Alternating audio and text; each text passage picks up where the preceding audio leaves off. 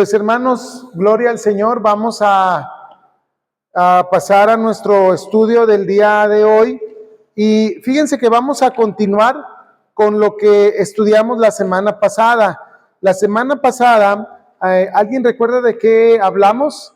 Hablamos acerca del Arca de la Alianza. Y en el Arca de la Alianza o el Arca del Pacto, habíamos estudiado que había varias finalidades.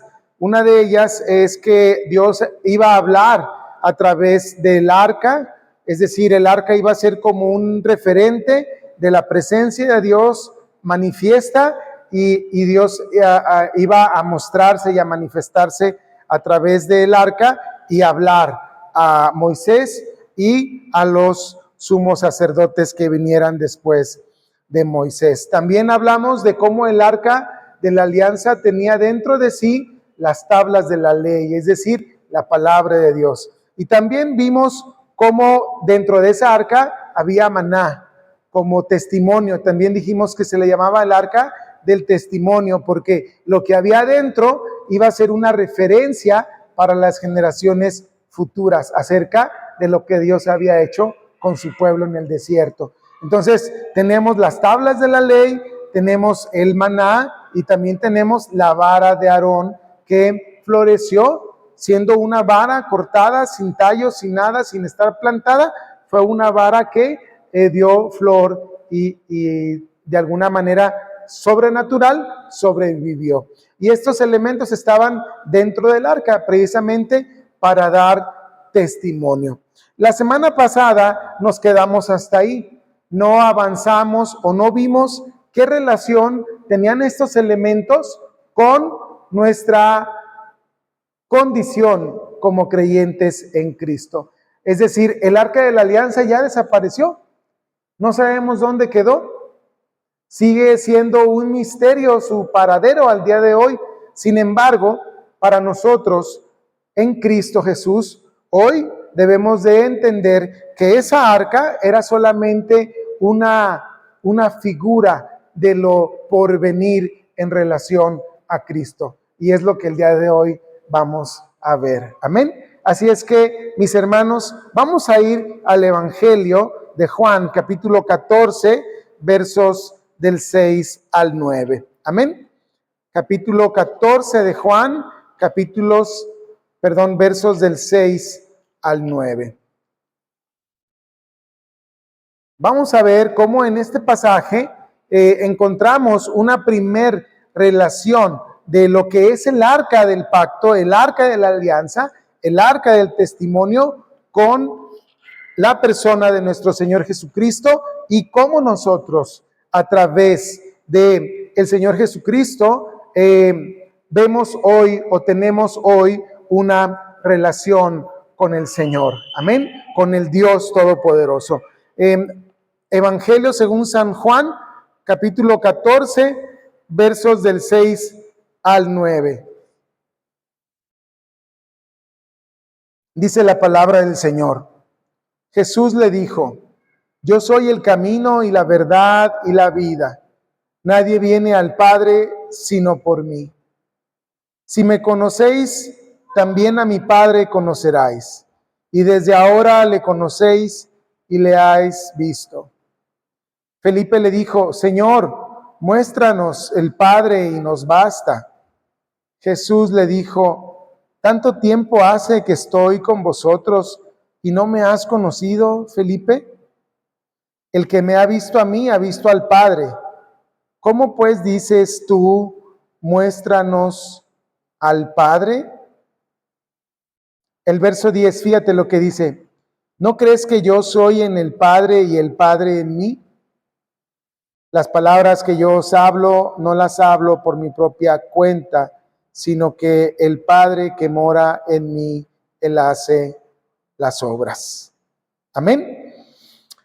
Decíamos que cuando Dios le demuestra a Moisés la intención de construir el arca, hay un momento en el que Dios le dice a Moisés, y en el arca y sobre el arca, yo te voy a hablar y te voy a decir lo que tú vas a decirle al pueblo de Israel. El arca entonces era un símbolo, un lugar donde la presencia de Dios se iba a manifestar de una manera real, de una manera palpable, de una manera espiritual, sobrenatural, poderosa. Tan es así que cuando la Escritura nos enseña que se construyó el templo de Salomón, efectivamente una nube manifiesta de la presencia de Dios llenó el lugar santo y el lugar santísimo. Y entonces por ello los sumos sacerdotes al ingresar al lugar santísimo tenían que observar todo un ritual de purificación porque iban a entrar a un lugar efectivamente santísimo. ¿Por qué? Porque ahí estaba la presencia de Dios. Cuando el Señor Jesucristo viene a esta tierra, el Señor Jesús declara con mucha puntualidad, no con un lenguaje confuso, no con un lenguaje misterioso, sino lo dice con toda claridad. Dice, si me conocéis a mí, también van a conocer al Padre. Y luego Felipe, uno de los discípulos, le dice, Señor, muéstranos al Padre y con eso tenemos, con eso nos basta. Y el Señor le responde, le dice, tanto tiempo que he estado con ustedes y no me habéis visto, no me habéis conocido, no han entendido que el Padre y yo uno somos, que yo estoy en Él y Él está en mí, que el que me ve a mí conoce al Padre.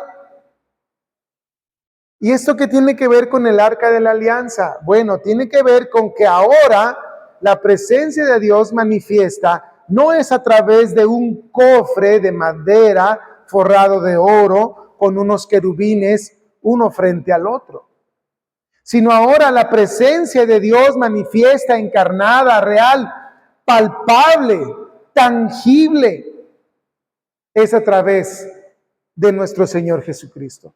Y fíjense, hermanos, nosotros hoy tenemos la bendición, la oportunidad de que a pesar de nuestra condición de pecado, a pesar de esta naturaleza pecaminosa que tenemos, nosotros hoy podemos, a través de la persona de Cristo, a través de la fe en Cristo Jesús, tener una relación personal de amor, de obediencia, de entrega con el Padre Celestial, el creador de los cielos y la tierra.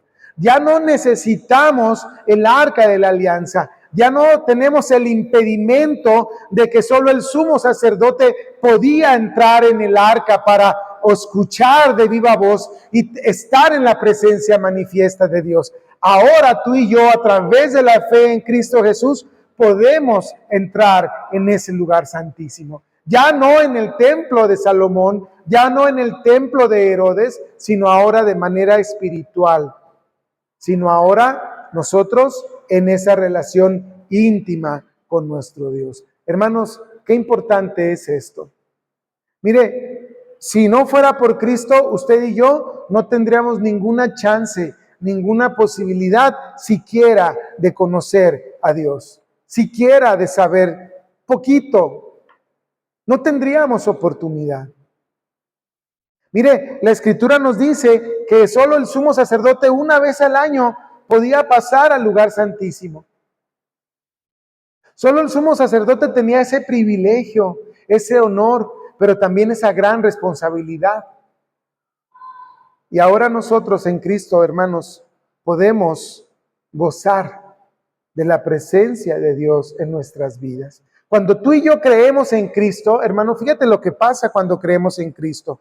Nuestros pecados son lavados, nuestros pecados son pagados, nuestros pecados son limpiados. Y eso quita lo que estorbaba de nuestra relación entre Dios y nosotros. Cristo Jesús quita lo que estorba para que nosotros podamos entrar en su presencia. Repito, ya no en el templo, ya no en el tabernáculo, sino como dice también el Señor Jesús en el mismo Evangelio de Juan más atrás, que dice que Dios es espíritu y los que le adoran, ¿cómo? En espíritu y en verdad. Dios busca adoradores en espíritu y en verdad. Tú y yo, amado hermano, necesitamos convertirnos en verdaderos adoradores en espíritu y en verdad. No adorar o no tratar de cumplir con el ritual, las apariencias, porque dijo o porque así es, no, sino por la necesidad que tenemos delante de Dios. No sé si tú, hermano, pero yo soy necesitado de la presencia de Dios. Yo necesito la presencia de Dios, porque la Escritura dice que separados de Él nada podemos hacer. Y mira, y no es porque sea perfecto, al contrario, porque no lo somos, necesitamos de la presencia de Dios. Porque en la presencia de Dios, fíjate lo que ocurre, Dios nos muestra el pecado que a veces nosotros ignoramos o que no queremos reconocer, y Dios nos lo hace evidente. En la presencia de Dios nosotros encontramos perdón a ese pecado. En la presencia de Dios nosotros encontramos, ¿cómo decirlo? Esta capacidad, esta fortaleza para vencer las tentaciones y el pecado, hermano, que todos los días nos asedian en nuestra vida. Pero es en la presencia de Dios que nosotros encontramos la fuerza para decir no. Es donde nosotros encontramos esa capacidad para decir ya hasta aquí, ya no puedo más con esto. Solos, hermano, solos no podemos. Por eso qué importante es que ahora en Cristo tú y yo podemos entrar y disfrutar de la presencia de Dios en nuestras vidas. Amén. Así es que, hermano, yo de verdad deseo que en tu vida tu relación con el Señor sea algo sumamente importante. Segundo punto, las tablas de la ley. Las tablas de la ley fueron depositadas como testimonio de que Dios le habló a su pueblo y le dejó una serie de mandatos. Vamos a ver, hermanos, cómo en el Evangelio de Mateo capítulo 5, versos 17 al 18, hay una enseñanza muy importante.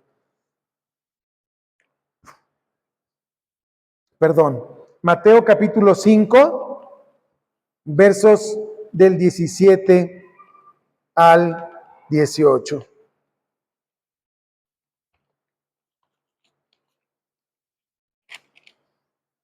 Mateo capítulo 5, versos del 17 al 18. Esto que vamos a leer es lo que se conoce como el Sermón del Monte o de las Bienaventuranzas. Inicia en el capítulo 5 de Mateo y termina en el capítulo 8 de Mateo. Son 3 capítulos donde el Señor Jesús está hablando una serie de enseñanzas que son fundamentales para la vida de todo creyente. Son fundamentales, hermano, para ti y para mí. Y fíjate lo que dice ahí, Evangelio según San Mateo capítulo 5, verso del 17 al 18. Amén. Dice la palabra del Señor. No penséis que he venido para abrogar la ley o los profetas. No he venido para abrogar, sino para cumplir. Porque de cierto os digo que hasta que pasen el cielo y la tierra, ni una jota, ni una tilde pasará de la ley hasta que todo se haya cumplido. Aquellas tablas de la ley que Dios le dio a Moisés en el monte Sinaí fueron depositadas en el arca del pacto, en el arca de la alianza, en el arca del testimonio. Y esta palabra que fue recibida por el pueblo, dice el Señor Jesús, esta palabra no va a cambiar. Hermanos, si tú y yo tenemos la idea de que el Señor Jesús vino a traer un mensaje distinto, un mensaje nuevo, un mensaje diferente a lo que ya había sido revelado en el monte Sinaí, hermano, tú y yo estamos equivocados entonces. Porque el Señor Jesús no vino a traer un nuevo mensaje. Porque el Señor Jesús no vino a traer una enseñanza nueva, sino al contrario. El Señor Jesús dice aquí muy claro, dice, no piensen que he venido a quitar la ley. Abrogar quiere decir quitar, hacer a un lado. Ya no tiene validez. Esta ley es abrogada, es hecha a un lado. El Señor Jesús dice, no he venido a quitar la ley, Si alguien tenía esa idea, dice el Señor Jesús, yo no he venido a quitar la ley, porque esa ley fue dada para testimonio al pueblo, para enseñanza al pueblo. ¿Qué es lo que el Señor Jesús viene entonces a hacer? Sino a cumplir la ley. Porque, ¿qué crees? Aunque esa ley la había recibido el pueblo, y el pueblo, recuerdas que cuando hablamos del pacto, el pueblo juró cumplir esa palabra, pues el pueblo no cumplió esa palabra. ¿Por qué? Porque al igual que tú y yo, mi hermano, nuestra naturaleza pecadora nos priva. Y entonces el cumplimiento de la ley no depende de nuestro esfuerzo humano. El cumplimiento de la ley no se da a partir de que le echemos ganas a la vida, sino el cumplimiento de la ley se da solamente en Cristo y por Cristo. Por eso, mire, hermano, hoy en día hay movimientos en las iglesias cristianas donde nos hacen voltear a la ley como una necesidad de guardar y de cumplir la ley, en el sentido de las fiestas, las lunas nuevas, las fiestas de las cosechas, las ofrendas, los holocaustos, la dieta, el día de reposo. Y entonces pareciera que tenemos que regresarnos a lo que el Señor Jesús dijo: yo vengo a cumplir esa ley porque ninguno de ustedes la puede cumplir. Porque la ley es tan dura, porque la ley es tan perfecta, porque la ley busca una perfección en la vida del hombre que el hombre, por sus propios méritos, nunca va a lograr y nunca va a alcanzar. Por eso el Señor Jesús dice: yo he venido a cumplir la ley. Esta ley no va a pasar. Todo lo que está escrito se va a cumplir, pero yo lo voy a cumplir. Y mira, hermano, cuando tú y yo creemos en Cristo, el cumplimiento de la ley que le dio el Señor Jesucristo también es un cumplimiento que ahora pasa a nosotros, a nuestro favor. Fíjate, vamos a ver Gálatas, hermano. Gálatas. Vamos al libro de Gálatas.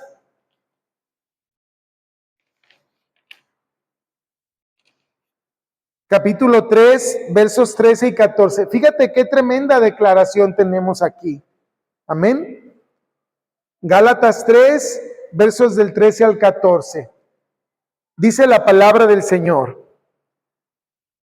Cristo nos redimió de la maldición de la ley, hecho por nosotros maldición, porque está escrito: maldito todo el que es colgado en un madero, para que en Cristo Jesús la bendición de Abraham alcance a los gentiles, a fin de que por la fe recibiésemos la promesa del Espíritu. Fíjate bien, hermano. El Señor Jesús dice: la ley no va a pasar, La ley nunca va a dejar de ser. No crean que he venido a quitar la ley y a traer otra enseñanza. No. Yo he venido a cumplir esa ley. Y esa ley se va a cumplir hasta la última coma y hasta el último punto, hasta la última tilde. Esa ley se va a cumplir. Pero fíjate tú y yo la desventaja en la que estamos. Queremos cumplir la ley y no podemos. Aún siendo nosotros cristianos, queremos cumplir la ley y no la podemos cumplir. Porque la ley dice: no mentirás, y entonces a veces mentimos. La ley dice: no desearás la mujer de tu prójimo, ¿y qué pasa?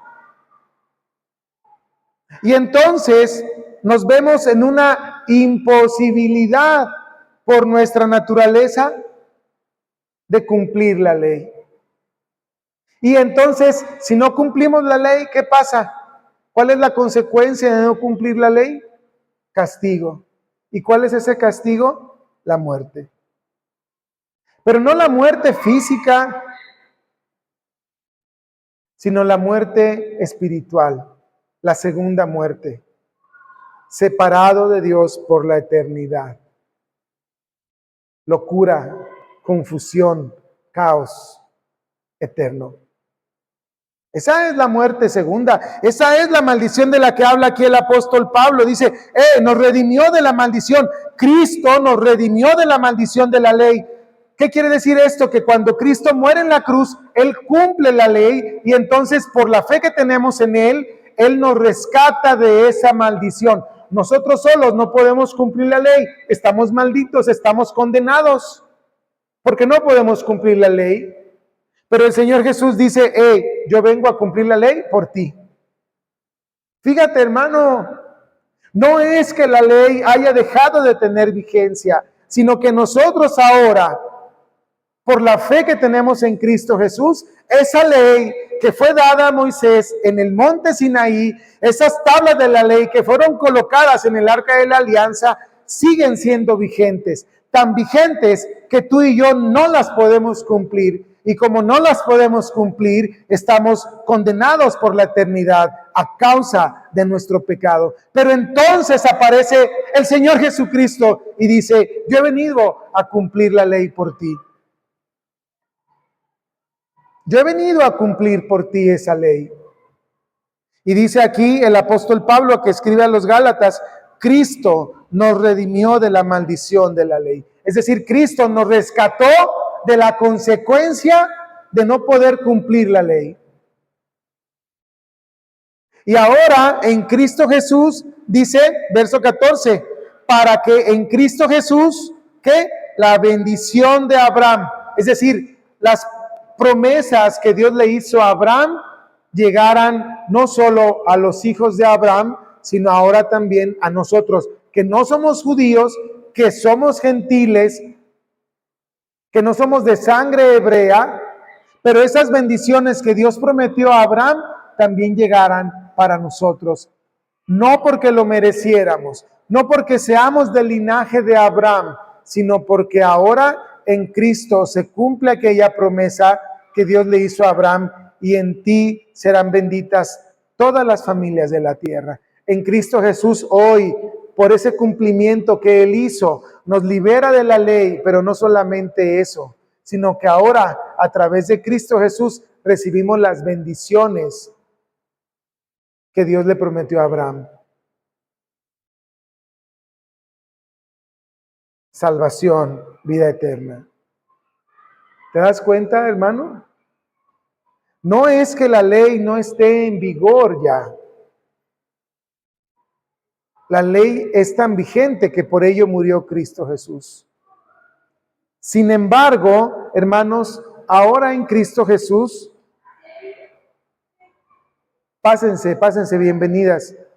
Ahora en Cristo Jesús, hermanos, nosotros tenemos esta gran bendición de poder recibir lo que Dios le prometió a Abraham. Y no lo recibimos por nuestra linda cara o porque lo merezcamos, sino lo recibimos única y exclusivamente por lo que Cristo hizo en la cruz del Calvario. Si tú y yo estamos en Cristo, hermano, tú y yo hemos sido testigos de cómo Dios ha tratado con nosotros. No ha tratado como mereciéramos ser tratados. Ha tenido misericordia. No por nosotros, sino por Cristo. Amén. Ahora, vamos a el Evangelio de San Juan, capítulo 6, versos 48 al 50. Amén. Evangelio de Juan, capítulo 6, versos 48 al 50.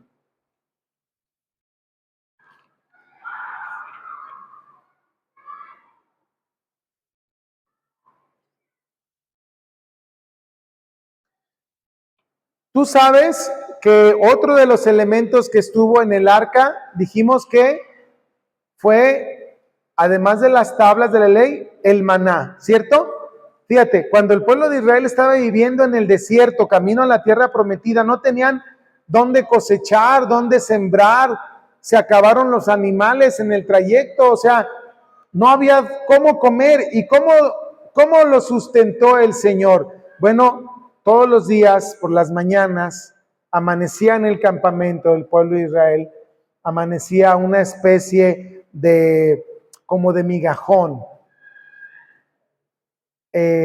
pan del cielo, literal, hermano, pan del cielo, pan celestial, literal, hermano, eso era. ¿Te imaginas? Que te levantes, salgas de tu tienda y vayas a recoger esas hogazas, esos pequeños migajoncitos de pan, las recojas para comer y que eso te sacie. Wow, hermano. Eso es el maná. Fue guardada una porción de maná en el arca del pacto, en el arca de la alianza, en el arca del testimonio. ¿Qué relación hay con nuestro Señor Jesucristo? Fíjate lo que dice San Juan capítulo 6, verso del 48 al 50. Dice la palabra del Señor: Yo soy el pan de vida. Vuestros padres comieron el maná en el desierto y murieron. Este es el pan que desciende del cielo para que el que de él come no muera. Verso 51. Yo soy el pan vivo que descendió del cielo. Si alguno comiere de este pan, vivirá para siempre.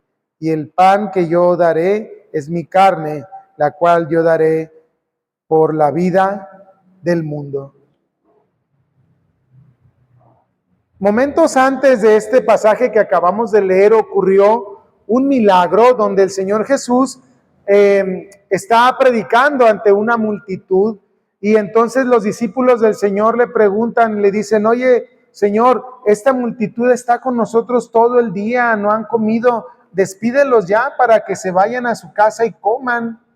Y entonces el Señor Jesús les dice: oigan, pero pues denles de comer. Y entonces los discípulos le dicen: Señor, pero pues nada más tenemos 2 panes y 5 peces.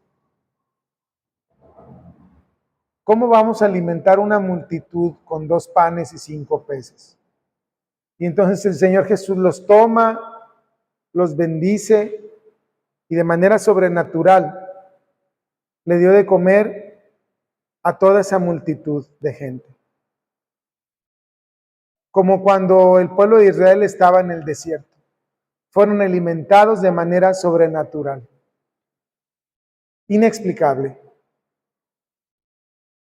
¿Cómo es que Dios hacía que descendiera ese pan? Solo Dios sabe. De esa misma manera el Señor Jesús también multiplicó los peces y los panes. La gente comió y se sació. ¿Y qué crees? Como comieron y se saciaron, lo comenzaron a buscar por ello. Dijeron: ay, ahí está Jesús.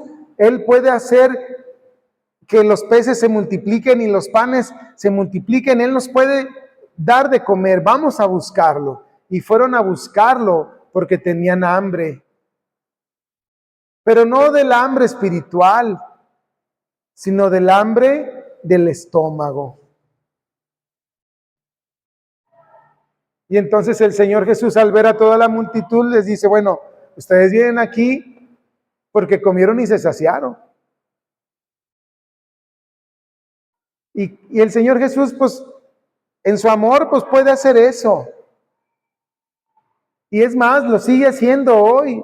¿No multiplica el Señor tu despensa? ¿No hace Dios cosas así en tu vida? Que tú dices: ay, mira, eso Dios lo sigue haciendo sin problema. Pero ¿sabes qué? No es la finalidad. Jesús lo dice aquí, dice: sus padres comieron maná en el desierto y murieron. Como diciendo: ustedes vienen a buscarme por un alimento que los va a saciar momentáneamente, pero van a volver a tener hambre y van a morir. Pero el pan que yo les doy, la comida que yo les doy, dice el Señor Jesús, yo soy el pan de vida. Lo que yo les ofrezco no es para llenar el vientre, sino es para llenar su corazón. Qué profundo, hermanos. El Señor Jesús no quiere satisfacer nuestras necesidades, ¿cómo decirlo? que son tan primarias y tan básicas. El Señor Jesús quiere satisfacer aquella necesidad que hay en lo profundo de nuestro corazón. Y fíjate, mi hermano, es una realidad. Mucha gente vive con un vacío en su corazón. Y por este vacío en su corazón cometen las personas locuras. Porque hay un vacío, familias destruidas por querer llenar un vacío, adulterios, fornicaciones, homicidios, por llenar un vacío que hay en el corazón del hombre, cuyo vacío solo lo puede llenar la persona de nuestro Señor Jesucristo. Fíjate, hermano, fíjate, hermana, solo lo puede llenar el Señor Jesucristo. A veces nosotros ponemos todas las canicas, vamos a decirlo de esa manera, ponemos toda nuestra fe, toda nuestra esperanza, toda nuestra paz, toda nuestra tranquilidad, la ponemos en un hombre o en una mujer o en una relación o en un empleo o en algo, X, Y situación, ahí ponemos toda nuestra esperanza. Y luego cuando lo tenemos, cuando estamos ahí, nos damos cuenta que no nos sacia, que a lo mejor sacia momentáneamente, pero luego volvemos a tener hambre, luego volvemos a tener necesidad y el vacío se hace todavía mayor, más grande. El Señor Jesús dice, yo soy el pan de vida, el que de mí come, el que come de lo que yo le doy. En otras palabras, lo que Él está diciendo es, el que come de la enseñanza que yo le doy, nunca va a volver a tener hambre. Y no es que seamos perfectos, hermano, pero cuando de verdad, hermano, después de leer la palabra de Dios, después de leer la Biblia, tienes tu necesidad de buscar en otras cosas lo que solamente Dios te puede dar.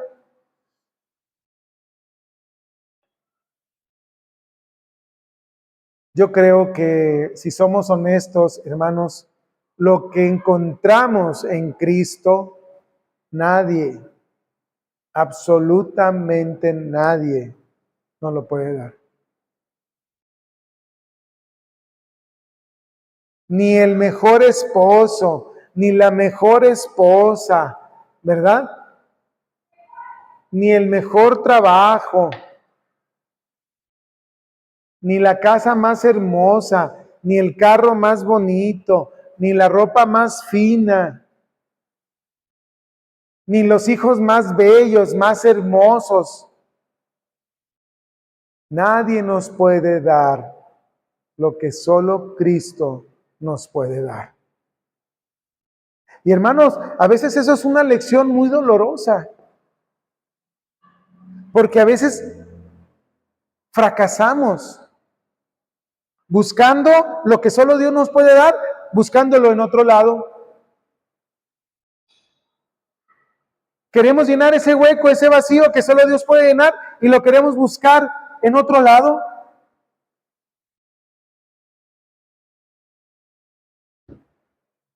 Y solamente el pan de vida que descendió del cielo tiene esa capacidad de llenar y de saciar eternamente.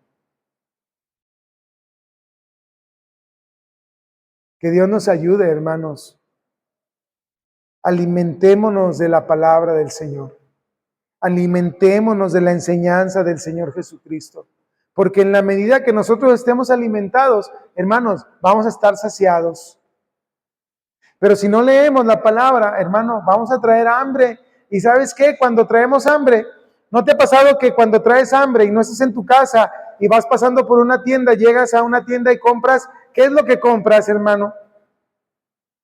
Un pan, una galleta, y te sacia momentáneamente. ¿Te nutre? No, no te nutre. Te llena por un ratito. ¿Es caro? ¿No te nutre? ¿No te satisface? ¿No tiene nutrientes? Así es cuando nosotros queremos llenar nuestro apetito con lo que no viene del Señor Jesucristo. No nos llena. Lo podemos consumir momentáneamente. Nos puede satisfacer momentáneamente, pero se va a acabar.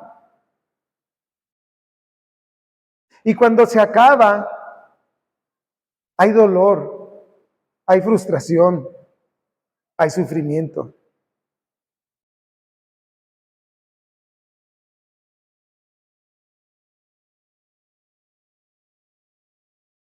Y Dios no quiere que tú sufras.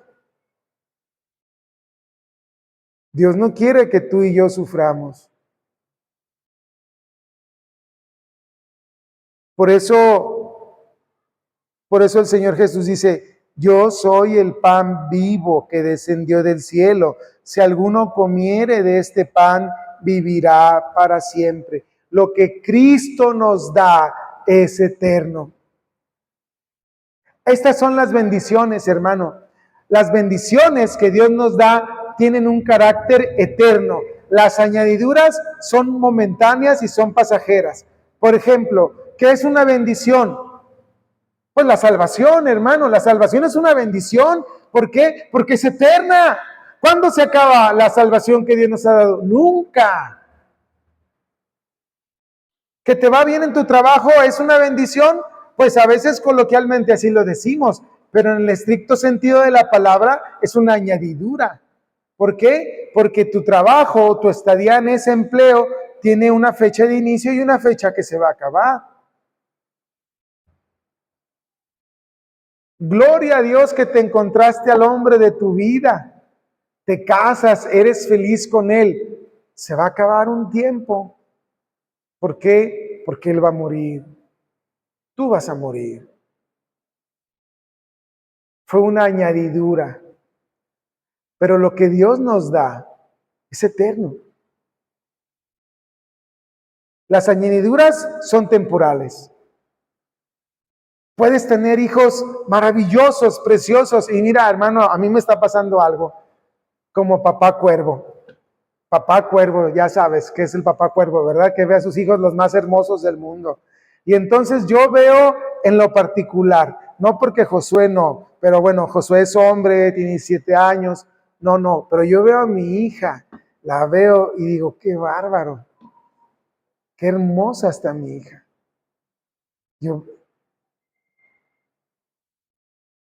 Belleza extrema como los filtros, ¿verdad? Digo, ay Señor, qué tremendo. Pues se va a acabar esa belleza. Es temporal. Pero las bendiciones de Dios son eternas. Su presencia es eterna. Su espíritu en nosotros, hermano, es eterno. Démonos cuenta de eso. Lo que tenemos aquí es pasajero. Y mira, qué bueno que tienes una familia, qué bueno que tienes tus hijos, qué bueno que tienes un empleo, qué bueno que tienes una condición bonita de vida. Gloria al Señor, porque eso también viene de parte de Dios. Pero esas cosas que Dios nos ha dado para disfrutarlas aquí en la tierra, en su sentido estricto, son añadiduras. Las bendiciones que Dios nos da son eternas. El gozo, la paz, la salvación, su Espíritu Santo en nosotros, la redención de nuestras almas, son eternas. Amén. Y entonces, fíjate, esto tiene que ver con lo que el Señor Jesús dice, yo soy el pan vivo que descendió del cielo. Si alguno comiere de este pan, vivirá ¿qué? Para siempre. Hermanos, comamos de la palabra del Señor. Alimentémonos de la palabra del Señor. Porque lo necesitamos. Amén. Finalmente, llevamos ya 3 puntos. Finalmente, tenemos el arca de la alianza como manifestación de la presencia de Dios. Tenemos las tablas de la ley y tenemos el maná. Y lo último, que se fue depositado en el arca del testimonio fue la vara de Aarón.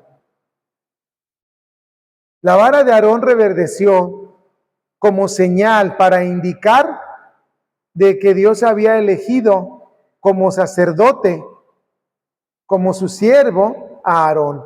¿Por qué? Porque hubo otro grupo del pueblo de Israel que dijeron, nada más Aarón puede ser siervo de Dios, nada más Aarón y sus hijos pueden ser sacerdotes, nosotros también queremos ser sacerdotes suyos.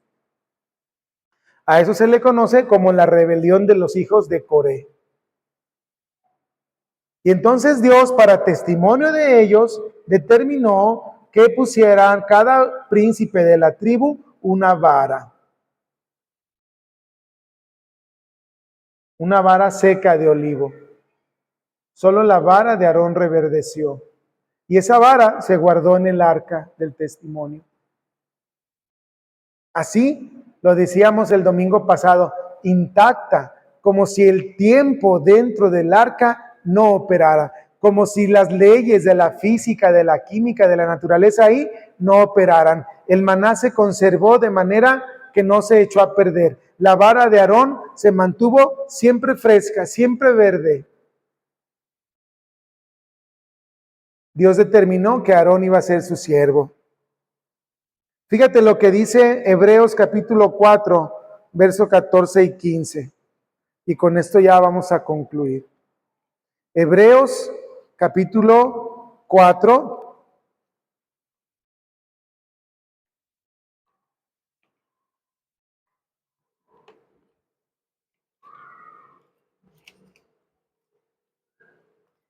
Hebreos capítulo 4, versos 14 y 15.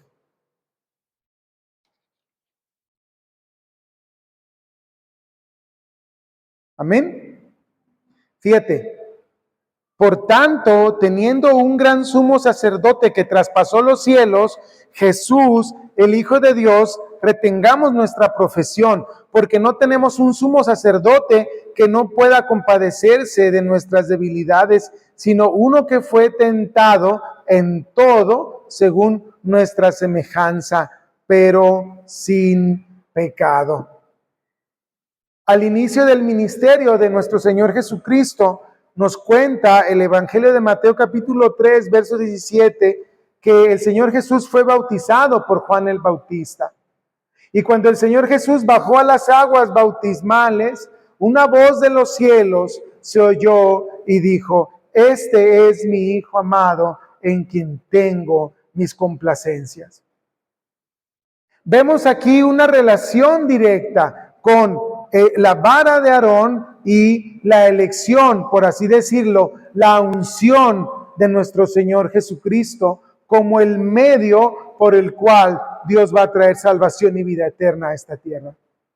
La salvación y la vida eterna no viene por voluntad de carne o por voluntad de hombre. No nos toca a los hombres decir cómo salvarnos. Eso hoy en día es algo que está ahí entre la sociedad de este mundo. La gente dice cómo se quiere salvar. La gente dice cómo quiere recibir perdón de sus pecados. La gente quiere poner sus condiciones delante de Dios. Como los hijos de Coré. Nosotros queremos poner condiciones. Sí queremos adorarte, pero queremos adorarte bajo nuestras condiciones. Y hoy en día es lo que vemos. Mucha gente dice, no, sí, yo creo en Dios, pero a mi manera. Sí creo en Dios, pero a mi forma. Sí creo en Dios, pero sin fanatismos. Sí creo en Dios, pero sin ser religioso. Tú eres religioso, a mí me han dicho muchas veces. Tú eres muy religioso. Le digo, no, no soy religioso, yo creo en Cristo. No, eres muy fanático, solo porque hablo de Cristo.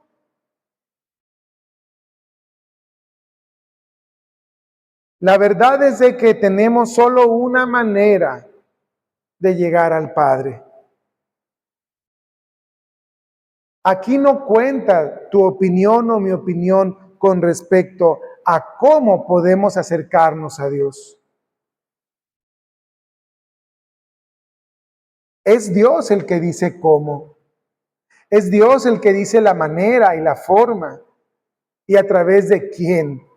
Y así como eligió Dios a Aarón y a su descendencia para que fueran sus siervos, sus sacerdotes, recordemos que el sacerdocio es el ministerio en el cual el sacerdote está delante de Dios representando al pueblo.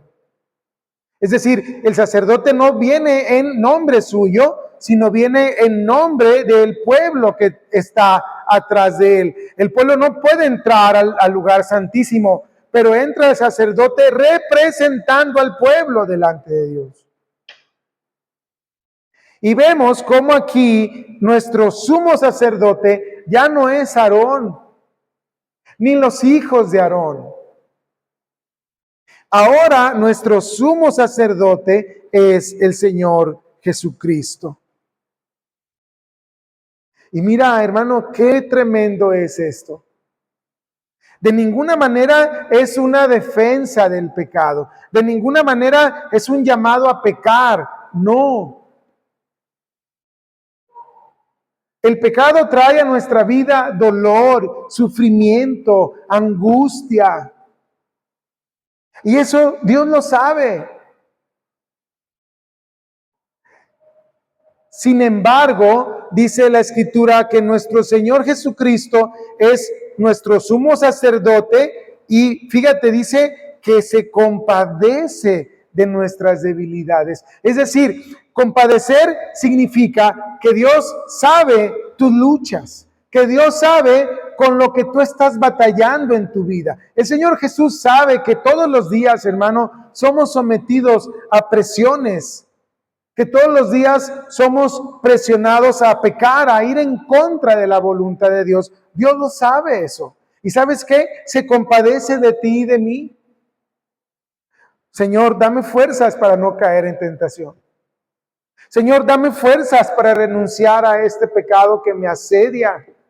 Señor, dame fuerzas para alejarme de tal o cual situación en mi vida. Señor, dame fuerzas. Dios se compadece de ti y de mí. Cuando has caído en tentación, cuando te has equivocado, cuando hemos cometido un error, una falta grave, un pecado, Dios se compadece de ti. ¿Por qué? Porque Cristo, como sumo sacerdote, sabe a lo que nos enfrentamos. Porque Él lo vivió. Él llevó nuestra carne, sin pecado, por supuesto, pero Él llevó esta debilidad, esta decadencia, hermanos, Él la llevó puesta. Él sabe lo que es estar en este cuerpo de carne. Él sabe y se compadece y nos ayuda. Qué tremendo. El único que nos puede señalar, el único que puede avergonzarnos y evidenciar nuestro pecado delante del Padre Celestial con toda la autoridad es el Señor Jesucristo y no lo hace. Al contrario, se compadece de ti y de mí. ¿No te parece eso, hermano, increíble? A mí me parece sumamente increíble. Yo no pudiera estar aquí si el Señor no se compadeciera. ¿Quién soy yo, hermano? ¿Quién? ¿Qué mérito tengo de estar aquí? No sé si ya les platiqué que un día la hermana Yola vino muy triste conmigo. Antes de morir, la hermana llega muy triste conmigo. Me dice, pastor, andan hablando muy mal de usted. Y a mí me dio mucho coraje. Y los empecé a pelear. Y yo creo que la hermana esperaba que le dijera, ay, hermana, gracias que me defendió. Y yo le dije, hermana, no se preocupe. Déjelos que hablen mal de mí.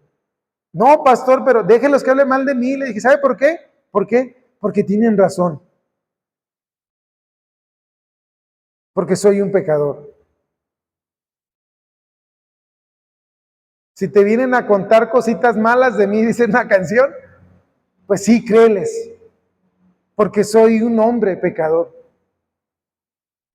¿Qué más quisiéramos, hermanos?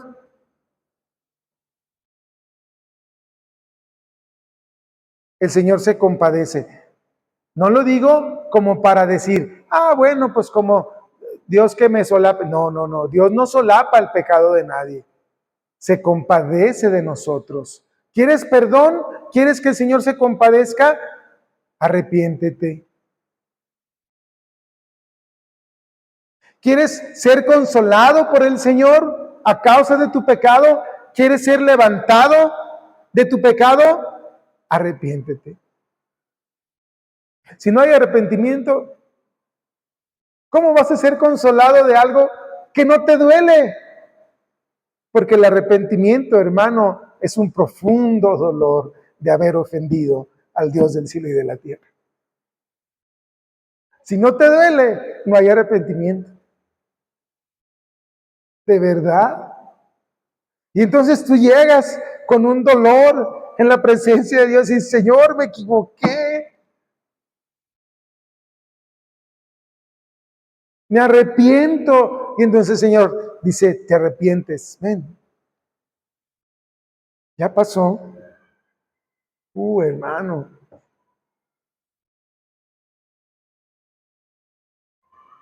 Es ahí la parábola del hijo pródigo. Es ahí la parábola de la oveja perdida. Es ahí. Ese sumo sacerdote que tiene la capacidad de compadecer y de consolar. Porque ¿sabes qué? Él lo vivió. Él estuvo un día, mira hermano, esto es sorprendente. Él estuvo un día en un cuerpo como este. Así de limitado, así de defectuoso, así como tú y yo somos. Un día Dios se envolvió en un cuerpo como este.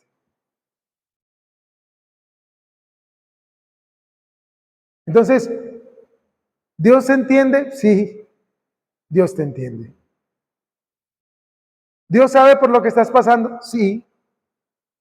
Mira, aquí dice, uno que fue tentado en todo, en todo, en todo. En eso también. El pastor también en eso. En todo fue tentado. ¿Sí, hermano? Pero fíjate, dice, pero sin pecado. La gran diferencia. Como humano, en la carne, padeció todas las tentaciones, todas las debilidades. Todas. No lo digo yo, mira, lo dice ahí. Pero como Dios, pudo vencerlo. Ahora, yo no lo puedo vencer. Él sí lo pudo vencer.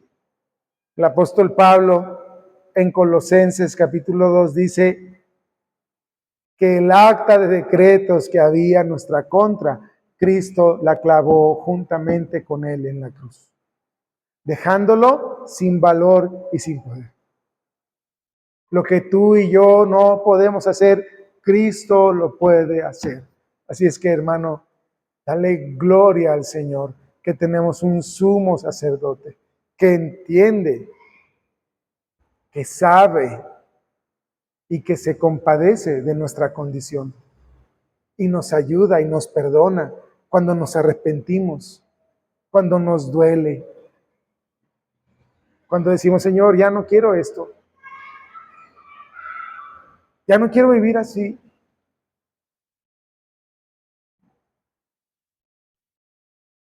Qué tremendo, ¿verdad? Qué tremenda enseñanza nos trae Dios en su palabra a partir del arca de la alianza. Fíjate nada más. Todo lo que Dios nos permite aprender en su palabra. Hermanos, gloria al Señor, porque solo Él nos puede sostener, nos puede ayudar, nos puede levantar, nos puede perdonar. Y repito, no se entiende.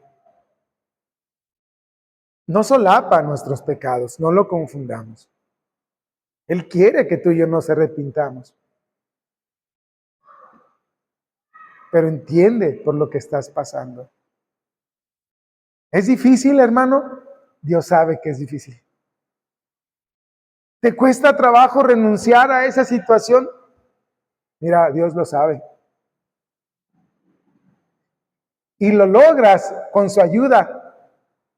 Dios valora porque sabe lo que te costó. ¿No? Cuando suspiras y dices, Señor, ya. Amén. Vamos a orar, hermanos.